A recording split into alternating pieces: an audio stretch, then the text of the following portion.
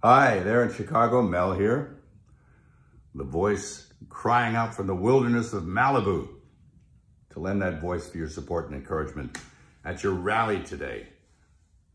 The Coalition for Canceled Priests. I mean, it's not hard to believe that there is now such a thing, as personally I know many priests who have been canceled.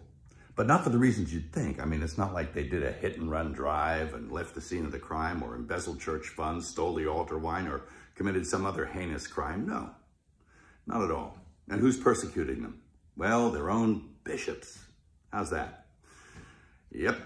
Who are they? Well, they're a pack of men who generally passively sit by and tolerate any kind of nonsense. But if one of their priests utters something that resembles orthodoxy, well, then they spring into action, they reprimand him, and they bully him and do their best to cancel him. And they succeed. They drum him out of the service, you know. Off he goes. I'm really sorry about that. That's a grave injustice, and it's kind of white martyrdom.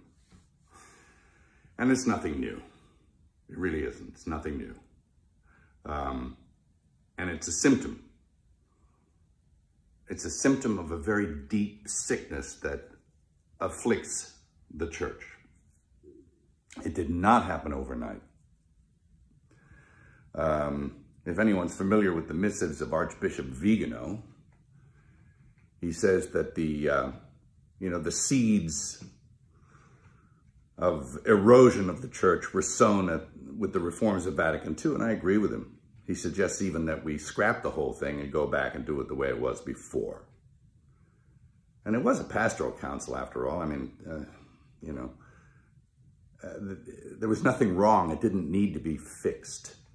They were doing pretty well. At any rate, and I've had my own run-in with the bishops. I mean, who are they? Well, I remember when I directed The Passion, I went to the USCCB to get support for the film. And those men couldn't get away from me fast enough.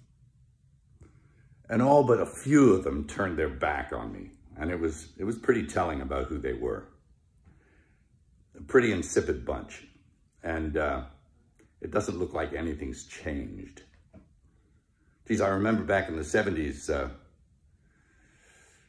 old priests, good priests, who were bullied and persecuted by their bishops. There was a rash of it back then also, and it was because they wanted to maintain what it was that they were ordained to do. They didn't want to go along with the new liturgy and the reforms of Vatican II, and so that they were really heavily leaned on. It was never abrogated, the old Mass, never, and it still hasn't been.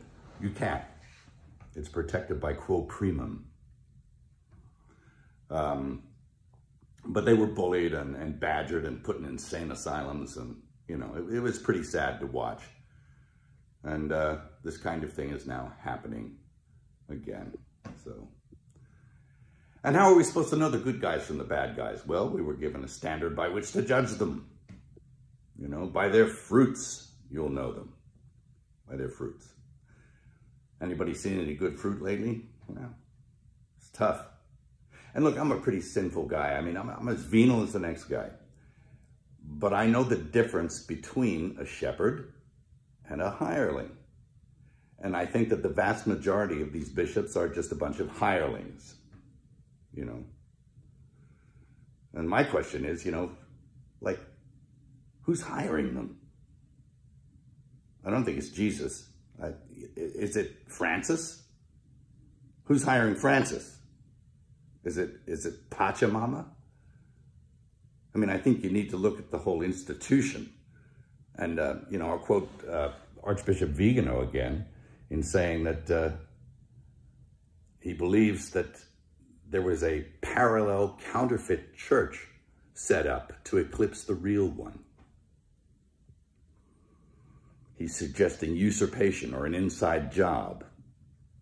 It seems that way.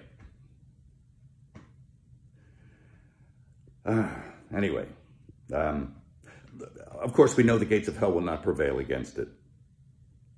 The victory is God's, not ours. And it will flourish if we keep it in our hearts. It can flourish in our hearts and keep the faith. And that's what's going to happen. That's what I encourage you to do. Again, I'm sorry for your pain, the injustice. I'll definitely throw something in the hat to add my support. And God keep you and God bless you. Thank you.